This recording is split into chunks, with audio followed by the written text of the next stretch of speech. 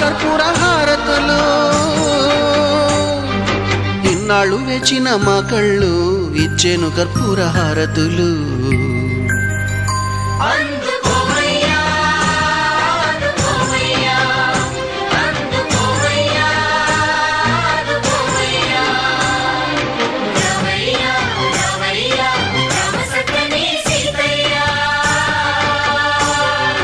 రావయ్యా రావయ్యా